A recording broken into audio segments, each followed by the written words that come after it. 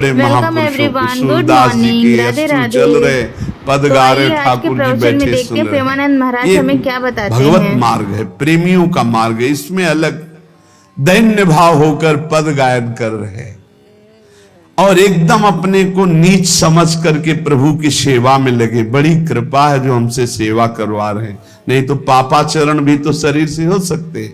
दो बातें यदि हो रही तो तुकाराम जी कह रहे हैं कि नाम जब बहुत शीघ्रता से निरंतर चलने लगेगा, यदि श्री जी की सेवा और श्री जी के गुणों का गायन, लीला गायन दैन्य होकर, जैसे राजा के सामने कुछ चंद धन के लिए छूत मागत बंदी जन उनका जस गाते, ऐसे हम प्रेम के लिए अपने आराध्य देव का जस गाते हैं। श्री तुकाराम जी कह रहे कि बड़े बड़े देवता भी इच्छा करते कि मृत्यु लोक में मानव देह में हमारा जन्म हो जाए तो हम ऐसा भजन करेंगे कि भगवान को प्राप्त कर लेंगे, स्वर्ग से भी ऊंची स्थिति प्राप्त कर लेंगे। और तुम मृत्यु लोक के भोगों में फंसकर भगवान को छोड़ रहे हो। तुकाराम जी कह रहे स्वर्ग के देवता इच्छा करते कि कभी भगवान हम पर कृपा करे, हमें मृत्यु लोक में मानव दे दे जिससे मैं भजन करके भगवान को प्राप्त करूं, और तुम मृत्यु लोक के भोगों में भगवान के भजन को छोड़ रहे हो। स्वर्ग के देवता स्वर्ग और स्वर्ग के भोग छोड़कर मृत्यु लोक में मानव देह में आकर भजन करके भगवान को प्राप्त करना चाहते हैं। आपको सहज में अवसर मिला मानव देह, अब मृत्यु लोक के भोगों में फंस करके नाम जप मत छोड़ो। इंद्रियां ये कलह करती ही रहेंगी यदि भगवत प्राप्ति नहीं हुई थी। मुझे ये भोग भोगना है, नेत्रेंद्री कहेगी मुझे देखना है, श्रवणेंद्री कहेगी मुझे सूंघना है, जनेंद्री कहेगी मुझे भूंगना। ये सब इंद्रियां, घ्राणेंद्री सूंघने की तरफ, श्रवणेंद्री सुनने की तरफ, भोग इंद्रियां भोगने की, कितनी कलह है। ये कलह तब तक बनी रहेगी जब तक भगवत प्राप्ति नहीं होगी। कल एक प्रश्न कर रहे थे कि मैं बैंक में ऑफिसर हूं, मेरी कामना थी कि मैं एक बड़ा पदाधिकारी बनूं, तो बन गया, लेकिन मुझे शांति क्यों नहीं मिली। मैं अधिकारी हूं, मेरे पास सब भोग सामग्री जो जो मैंने कामना की थी सब, फिर भी मन अशांत क्यों रहता है। होगा एक ही कारण है, मन को विश्राम भगवान के चरणों से ही मिलेगा। तब लग कुशल न जीव को सपने हो मन विश्राम, जब लग भजत न राम को शोक धाम तज काम। कह रहे हैं यहां तुकाराम जी, इंद्रियां परस्पर कलह करती रहेंगी जब तक भगवत साक्षात्कार नहीं हुआ। जब इंद्रियों में अशांति, मन में अशांति, तो तुम्हें शांति का कैसे अनुभव हो जाएगा। देखो बहुत ज्ञान की बात, तुम शरीर के रोम गिन सकते हो लेकिन भगवान की विभूतियों को नहीं गिन सकते। और जब तुम नाम जप करोगे तो सारी विभूतियां आप पर कृपा करेंगी, सारी विभूतियां आप पर कृपा करेंगी। मेरी जिससे प्राप्ति होती है वो शुद्ध पुण्यात्मा होता है। शुद्ध पुण्यात्मा वही है जिसके मुख में मेरा नाम होता है। तुकाराम जी कह रहे, श्री भगवान कह रहे, मेरी जिससे प्राप्ति होती है वो शुद्ध पुण्यात्मा होता है। शुद्ध पुण्यात्मा कौन होता है? जिसके मुख में मेरा नाम होता है, जो मेरा अनन्य गति का होता है, उसी को प्रेम प्राप्त होता है। और जो मेरे नाम का अनन्य हो जाता है उसे मेरी अनन्य गति प्राप्त होती है। पकड़ो महापुरुषों के वचनों को, पकड़ो, सब नाम है, सब नाम। जैसे गर्भिणी स्त्री को परोसा गया तो उसको जब तृप्ति हुई तो गर्भस्थ बालक को पुष्टता अपने आप प्राप्त हो जाती है। ऐसे ही जब भक्त प्रसन्न हो जाता है तो भक्त के हृदय में विराजमान भगवान अपने आप संतुष्ट हो जाते हैं। तो नाम जप करे और भक्तों की आराधना करे, अपनी कोई स्वतंत्र इच्छा ना रखे। अपनी इच्छा को भगवान की इच्छा में समर्पित कर दे। माली जल को जिधर ले जाता है उधर ही जल प्रवाहित होने लगता है। हमारे जीवन बगीचा के मालिक हैं भगवान गुरुदेव। जिधर वो हमको ले जा रहे हैं हमको उधर ही बहते चले जाना है। अगर उधर नहीं जाओगे तो प्रवाह फूट पड़ेगा और गलत दिशा की तरफ चला जाएगा।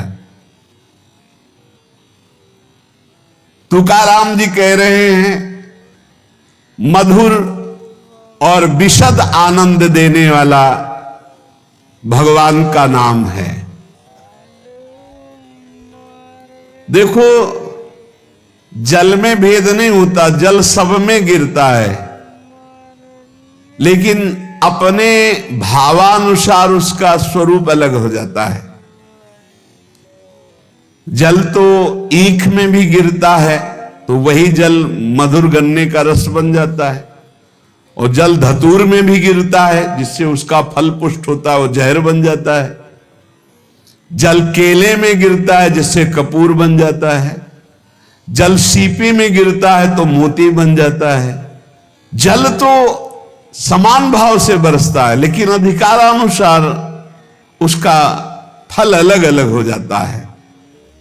तो जो उपासक भगवान में डूबा हुआ है वो महामधुर रस, विशद आनंद, विभिन्न विभूतियों का कृपा पात्र बन जाता है।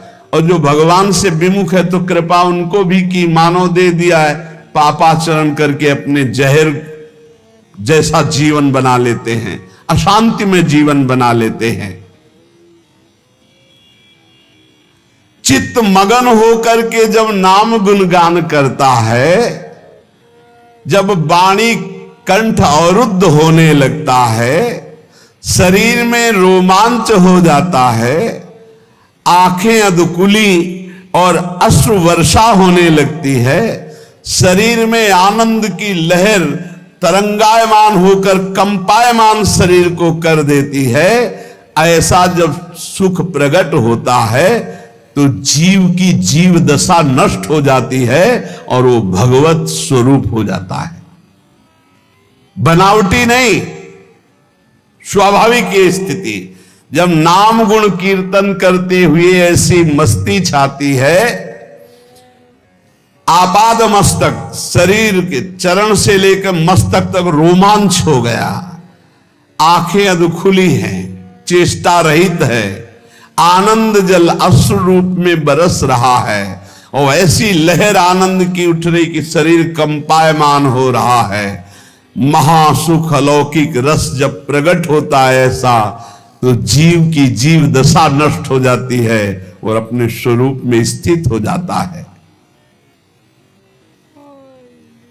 संसार में रहते हुए, क्रिया करते हुए कोई कैसे मुक्त हो सकता है बिना अक्रियत्व आए? क्योंकि जो क्रिया करेगा उसका कर्म बनेगा, कर्म बनेगा तो अवश्य में भोक्तव्यम कृतम कर्म शुभाशुभम। तो कह रहे हैं तुकाराम जी, नटनाट्य अवधे संपादिले सोंग। ये जगत का जो नाटक का स्वांग रचा है उस परमात्मा ने रचा है। तुम भी उसी स्वांग के एक हिस्से हो, बस स्वांग मात्र करो, सच्चाई से नहीं। तुम न किसी के सच्चे पति हो, न किसी के पुत्र हो, न किसी के पिता हो, न किसी की पत्नी हो। तुम भगवत स्वरूप हो, स्वांग मिला है, स्वांग करो। सच्चाई है कि मैं ईश्वर के नाम रूप लीला धाम में निरंतर चित्त को जोड़े। ये सच्चा नहीं है, झूठा है। ना तुम कुछ दिन के जो बने हुए पति हो, ना शाश्वत पति नहीं हो। तुम पहले नहीं थे, बाद में भी नहीं रहोगे, बीच में कुछ दिन के हो, लेकिन शाश्वत है सच्चिदानंद प्रभु। श्री तुकाराम जी कह रहे, नटनाट्य अवधे संपादिले सोंग। ये स्वांग है, ये नट का नाट्य है, बिल्कुल नाटक जैसा करो। सत्य है भगवत नाम, भगवत रूप, भगवत लीला। क्या कोई अंगारों की सेज पर सुख की नींद सो सकता है? तो उत्तर आएगा नहीं। तो क्या खटमल की चारपाई पर सुख की नींद सो सकता है? तो बोले नहीं। तो बोले ऐसे ही भोग वासना, नाना प्रकार की गंदी वासना, ये क्या तुम्हें सुख चैन से सोने देंगी? अनंत जन्मों से जलते हुए चले आ रहे हो, आगे भी जलना पड़ेगा। नहीं, आगे बढ़ो, संसार के मार्ग में नहीं, भगवत मार्ग में, तभी सुख से विश्राम कर। गोस्वामी तुलसीदास जी कह रहे हैं, जाकी कृपा लवलेस ते मति मंद तुलसी दास हूं, पायो परम विश्राम, राम समान प्रभु नाही कहूं। पायो परम विश्राम, आप चैन की नींद। काहू के बल भजन को काहू के आचार, व्यास भरोसे कुंवर के सोवत पाव पसार। चैन की नींद ये अंगारों की सेज पर पड़ना है, जो भोगों में, जो नाना प्रकार की वासनाओं, मानो खटमल की चारपाई पर। कहां चिंता शोक भय से युक्त कहीं नींद आती है? जब तक देह भाव है प्यारे कि मैं स्त्री हूं, मैं पुरुष हूं, तब तक बंधन को प्राप्त हो। भाव ही देह भाव को नष्ट करेगा, भगवत भाव कर्म बंधनों को नष्ट करेगा। दही मत कर जब उससे मक्खन निकाल लिया जाता है, तो मक्खन छाछ में डालने से ऊपर ही रहता है, कभी डूबता नहीं है। जब तक मथा नहीं गया था तो एक में ही एकम एक था, और जब मथ कर दही को मक्खन निकाल लिया गया तो फिर उसे छाछ में छोड़ दो, फिर नहीं मिल सकता। ऐसे ही खूब नाम जप करके पहले जीवत तो नष्ट कर दो, फिर संसार में रहोगे तो ऐसे रहोगे जैसे छाछ के ऊपर मक्खन रहता है, कभी मिल नहीं सकता। तुकाराम जी कहते हैं, दही से पहले मथ करके मक्खन अलग कर लो, फिर मिलाना भी चाहोगे तो चाहे जितना प्रयास करो मिलेगा ही नहीं।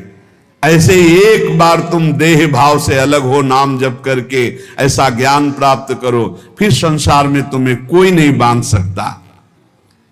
प्यासा प्यासे की हालत जानता है, भूखा भूखे की हालत जानता है।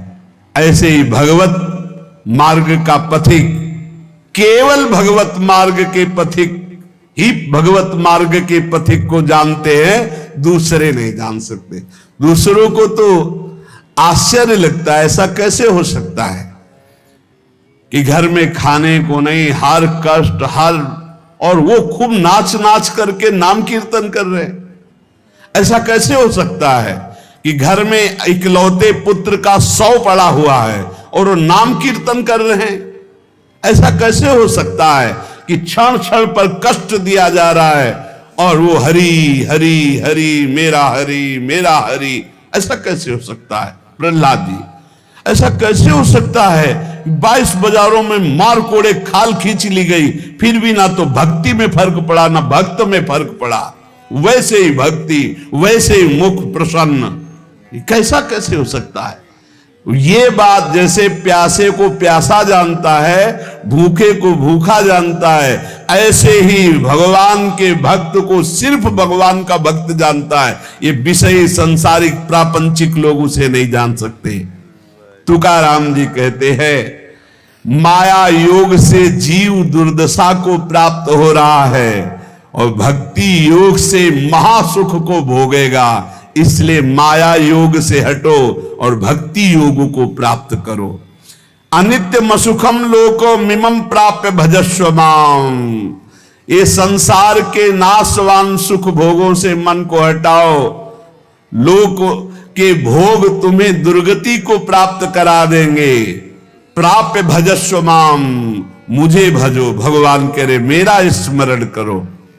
बाटे या जनाचे थोर व आश्चर्य, विषय वडिम भूतले जीव।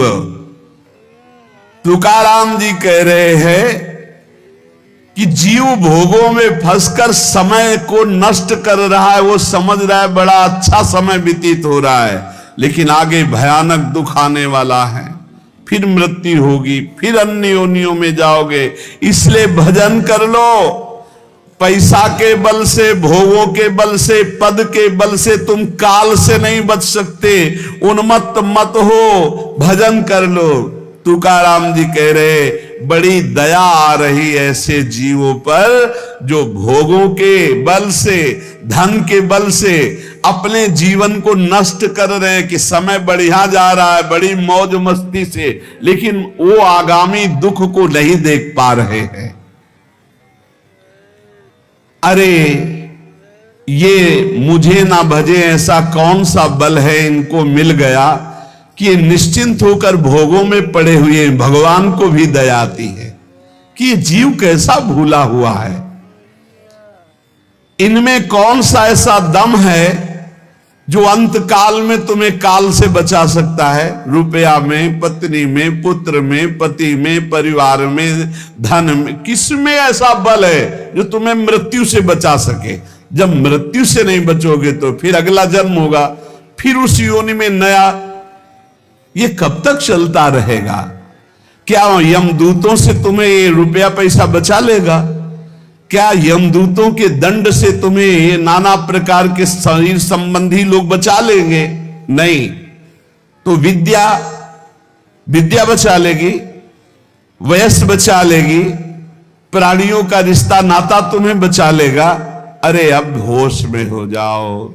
संसार काल का कलेवा है, इसमें कोई नहीं बचेगा, सब मरेंगे। इसलिए नाम जप कर ले, अपने को बचा ले। बचाना क्या है? देह भाव से हट गए, बच गए। भजन के बल से देह भाव से हट गए तो मृत्यु का प्रवाह देह में होगा, आपके ऊपर नहीं। आप परम पद को प्राप्त हो जाएंगे। जीव तू मृत्यु को मत भूल। मृत्यु को बड़ा चस्का लगा है लोगों के मारने का। वो किसी को नहीं बख्शती, सबको मारती चली जाती है, रौंदती चली जाती है। एकमात्र नंद नंदन यशोदा नंदन है जो तुम्हें मृत्यु से बचा सकते हैं, देह भाव रहित करके। चाहे कोई कितना बुद्धिमान हो, क्या चीनी से ऊख बना सकता है? गन्ना बना सकता है? गन्ने से चीनी तो बन गई, लेकिन चीनी से गन्ना खड़ा कर सकता है फुल? कभी भी, कितना भी बड़ा विज्ञानी हो, गन्ने से चीनी बन गई, गन्ने का रस फिर उबाला गया, फिर वो चीनी बनने के अधिकार में आ। पर चीनी से गन्ना बना सकता है? तो बोले नहीं। तो बोले वैसे दिमाग खर्च कर ले, तू जन्म जन्मांतर में मृत्यु के चक्कर में पड़ा हुआ है। जब तक तू भगवान का भजन नहीं करेगा तब तक तू सुख नहीं प्राप्त कर सकता। सुख सिंधु से तू प्रकट हुआ है, अब सुख सिंधु का भजन कर ले, नहीं तो तू सुख सिंधु खड़ा नहीं कर सकता संसार में। मकान बना के करोड़ों अरबों रुपया जमा करके नाना प्रकार, जैसे चीनी से फिर ऊख नहीं बनाया जा सकता, ऐसे तू लाख उपाय कर ले अपनी बुद्धि से। इस दुखालय संसार में तू है सुख स्वरूप, लेकिन तू सुख नहीं पा सकता बिना सुख सिंधु का भजन के। गर्भवास में तूने वादा किया था कि हर जीव वादा करता है, एक बार मुझे यहां से निकाल दो, मैं भजन करके भगवान को प्राप्त करूंगा। अरे उस वादे को भूल गया। भगवान शेषनाग भी अपनी 2000 जिह्वा से जिनका नाम गुणगान करते हैं, वेद भी जिनका नेति, उनसे वादा किया था तूने कि एक बार गर्भ से बाहर कर दो, मैं तुम्हारा भजन करूंगा। बौरा गया, इस माया में आके फिर बौरा गया। अपनी जिह्वा से व्यर्थ की बातें करके, दिमाग से नाना प्रकार के प्रपंच का चिंतन करके फिर फंस गया चक्कर में, वो वादा भूल करके। इसलिए श्री तुकाराम जी कहते, जीवात्मा तू ही अपना तारक है और तू ही अपना मारक है। यदि तूने वादा निभाया और भजन किया तो अपने को तार लेगा, और यदि वादा भूलकर फिर प्रपंच के चिंतन में लगा तो अपने को मार देगा।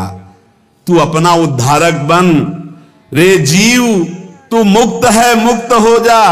सोच, ये संसार तेरे को कभी सुख नहीं दे पाया, तो अब क्या तुझे सुख देगा। इसलिए जैसे भोजन पाने से तृप्ति होती है एक एक कवल से, ऐसे एक एक नाम से संसार से वैराग्य, स्वरूप का बोध और भगवान से प्रेम होता है। इसलिए निरंतर नाम जप करो। जो हमारे जीवन का परम लाभ है नाम, हर समय नाम जप करते रहो। जहां संत जन मिले दौड़ कर जाओ, चरण वंदना करो, उनके वचन सुनो। भगवत चर्चा सुनने से नाम जप में बड़ा उत्साह होता है। भजन न होई संग बिन, भजन बिना नहीं प्रेम, और भजन के बिना भगवत प्रेम नहीं हो। प्रेम के बिना इस संसार से मुक्ति नहीं, क्योंकि जब भगवत प्रेम होता है तो शरीर राग नष्ट हो जाता है। ये बड़ा कष्टमय शरीर है। अभी भगवान कृपालु हैं, आपको कष्ट का समय नहीं है, इसलिए आप नहीं समझ पा रहे हैं। नहीं, बड़ा कष्ट करना ही है, जी नहीं सकते। बड़ी मतलब आप समझो, अगर स्थिति ना हो तो प्रतिपल कष्ट का समय है, प्रतिपल कष्ट का समय। अगर भगवान का चिंतन न हो तो क्या चिंतन है, क्या कष्ट का चिंतन है। हर समय कष्ट, तो ये क्या हमारे ऊपर है क्या, सब जीव को भोगना पड़ेगा। आपकी लंबी यात्रा है, हजारों जन्म बार बार ले लेकर भोगना, इसलिए ऐसे भोगों में फंस करके तुम्हें भुलावे में माया डाल रही। इसलिए हमारी प्रार्थना है, इसी जन्म में भजन करके जो कष्ट मिले सह करके मुक्त हो जाओ। बस यही जीवन का परम लाभ है। निरंतर नाम जप ही सब शास्त्रों का, सब भक्तों का है। देखो तुकाराम जी की बात सुनी कि पूरा जीवन कष्ट में, यहां तक ऐसी स्थिति आई कि अन्न के बिना पत्नी मर गई, बच्चे प्राण पोषण के लिए अन्न नहीं रहा, लेकिन भक्त ने अपनी निष्ठा नहीं तोड़ी। निरंतर नाम कीर्तन, संत चरणामृत, संत चरण रज का सेवन करके ऐसी ऊंचाई पर पड़े कि आखिरी में जब तो भगवान वो कह रहे, देखो भगवान श्री हरि विमान लेकर आ रहे हैं। भगवत पार्षद आए, विमान आया, सबसे प्रणाम किया और विमान में चढ़कर तुकाराम जी भगवान के धाम को गए। भक्तों के शरीर ऐसे छूटते, उनको स्मृति ही नहीं रहती कब शरीर छूट गया, और दिव्य देह से भगवान के समीप चले जाते। यही लाभ लेने के लिए हमें जन्म मिला है। खूब नाम जप करो, किसी का बुरा मत करो, किसी की निंदा मत करो। ये सब बातें हमारे भजन से हमें विघ्न पहुंचा करके अलग कर देती। और भजन भजन यही जीवन का सार है। जितना भजन कर लो, नहीं मृत्यु नजदीक आती